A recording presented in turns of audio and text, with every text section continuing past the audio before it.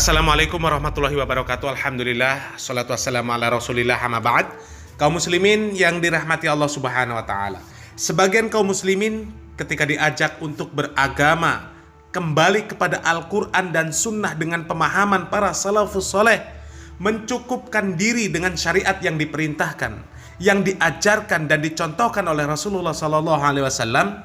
Jangan merubah-rubah syariat yang ada, jangan membuat amaliyah-amaliyah baru yang tidak ada tuntunannya, serta merta mereka mengatakan itu adalah dakwah Wahabi, dakwah yang sesat, dakwah yang memecah belah umat, dakwah orang-orang yang anti sunnah. Anti sunnah dari mana? Justru mereka mengajak kaum muslimin untuk beramal sesuai dengan Al-Quran dan Sunnah. Jadi merekalah sesungguhnya Ahlus Sunnah. Akan tetapi kondisi sekarang terbalik. Yang mereka mengamalkan amaliyah-amaliyah baru, amaliyah-amaliyah karangan, dikatakan sebagai kelompok Ahlus Sunnah, kelompok aswaja, Ahlus Sunnah wal Jamaah. Jadi itu sunnahnya siapa yang mereka kerjakan? Dikatakan sunnah Rasulullah SAW tidak pernah mengerjakan.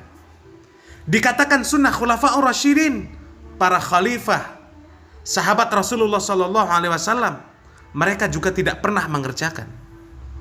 Jadi sunnahnya siapa yang mereka kerjakan?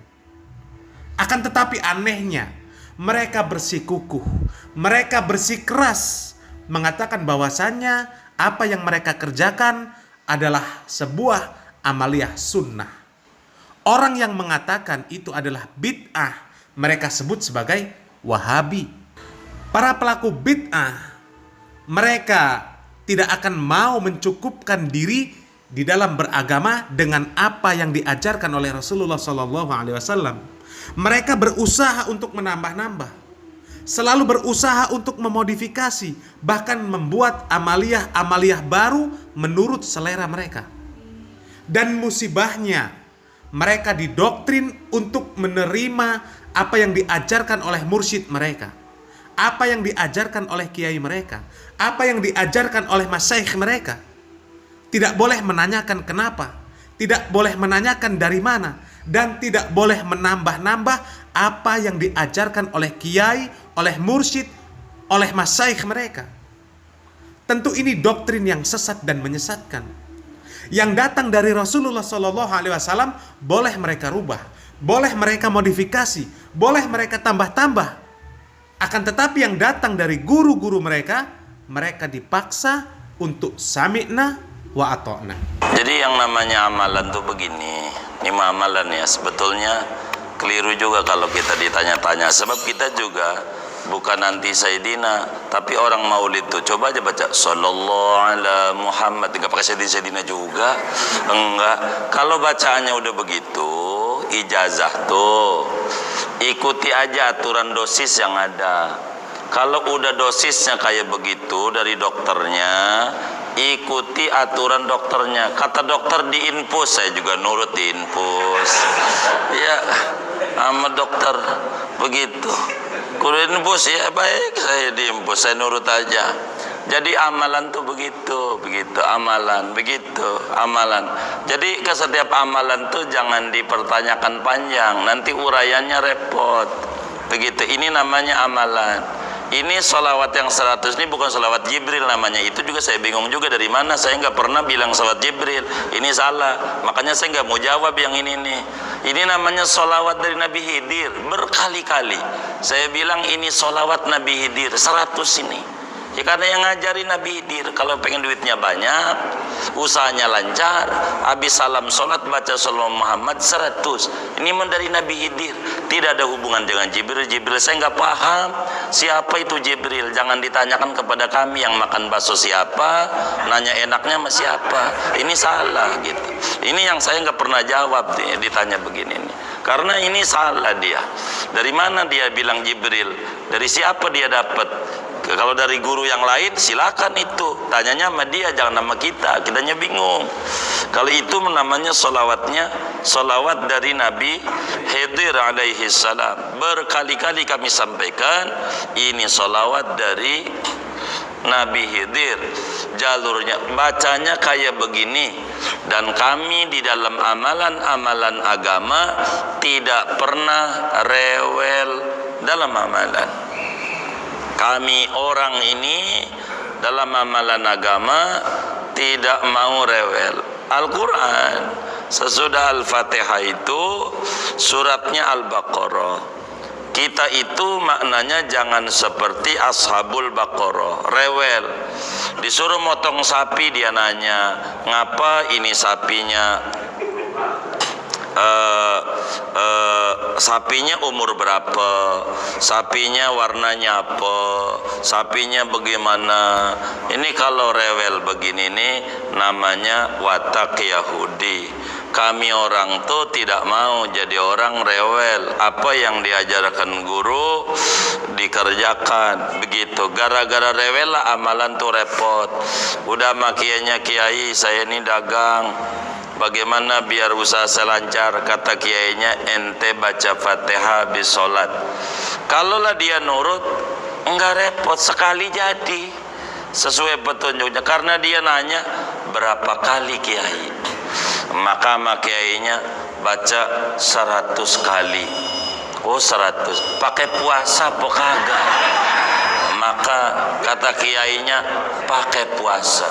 Itu puasanya seminggu apa sebulan? Kata kiainya 40 hari. Itu puasanya muti apa bagaimana? Ini namanya watak Yahudi. Kami itu dikasih amalan nama kiai itu enggak pernah protes-protes. Maka enggak ada. Kalau kayak diprotes, saudara tambahin aja Sayyidina. Jangan Sayyidina doang, tambahin aja wa ala alihi wa sahbihi ajmain. Ya lama tuh jadi berubah lagi. Jadi kagak manjur. Amalan itu apa yang disaranin nama dokter kerjain. Gitu. Jangan banyak tanya-tanya.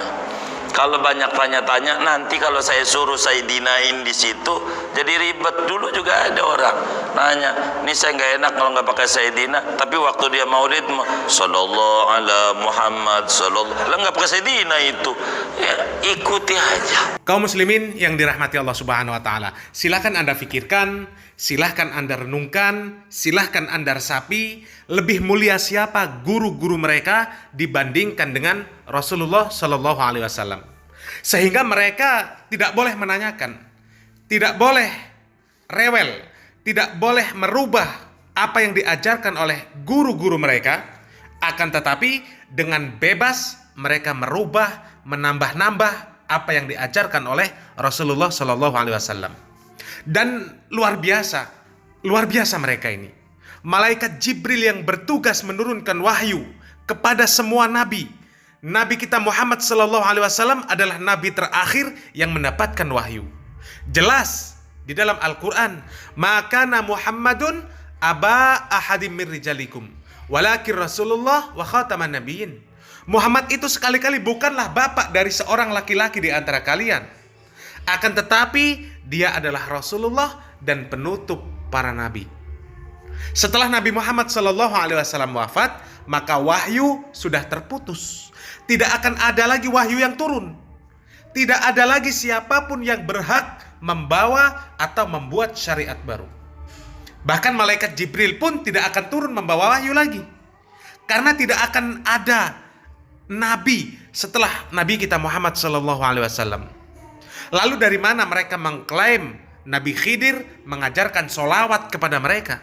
Solawat yang tidak pernah diajarkan oleh Rasulullah SAW. Dan ini adalah kedustaan. Ini adalah kedustaan yang besar. Mereka tertipu oleh syaitan yang mengaku sebagai Nabi Khidir, mengajarkan amaliyah-amaliyah yang seolah-olah itu adalah amalan soleh. Akan tetapi pada hakikatnya mereka dihimpit oleh syaitan menuju jurang-jurang neraka jahanam. Na'udzubillah min dzalik. Mereka diajarkan oleh syaitan untuk mengamalkan amaliyah-amaliyah yang tidak diajarkan oleh Rasulullah SAW. Dan apa yang mereka dakwahkan itu sangat bertentangan dengan Al-Quranul Karim. Di dalam Al-Quran Allah Subhanahu wa Ta'ala mengatakan, "Wa ma atakumur rasulu fakhudhuhu wa ma nahakum anhu fantahu wattaqullah innallaha syadidul iqab." Apa yang diberikan Rasul kepadamu maka terimalah, dan apa yang dilarangnya maka tinggalkanlah oleh kalian. Dan bertakwalah kepada Allah, sesungguhnya Allah sangat keras hukumannya. Kita diperintahkan oleh Allah Subhanahu wa taala untuk sami'na wa ata'na adalah kepada wahyu yang diturunkan kepada Rasulullah sallallahu alaihi wasallam melalui malaikat Jibril, bukan kepada selainnya. Dan kita diperintahkan untuk bertakwa semampunya, fattaqullaha mastata'tum, sesuai yang diajarkan oleh Rasulullah sallallahu alaihi wasallam, tidak menambah-nambah syariat baru. Rasulullah sallallahu alaihi wasallam mengatakan, wa iyyakum wa muhdatsatil umur fa inna kulla muhdatsatin bid'ah wa kulla bid'atin dhalalah. Semoga apa yang kami sampaikan bermanfaat. Barakallahu fikum. Wassalamualaikum warahmatullahi wabarakatuh.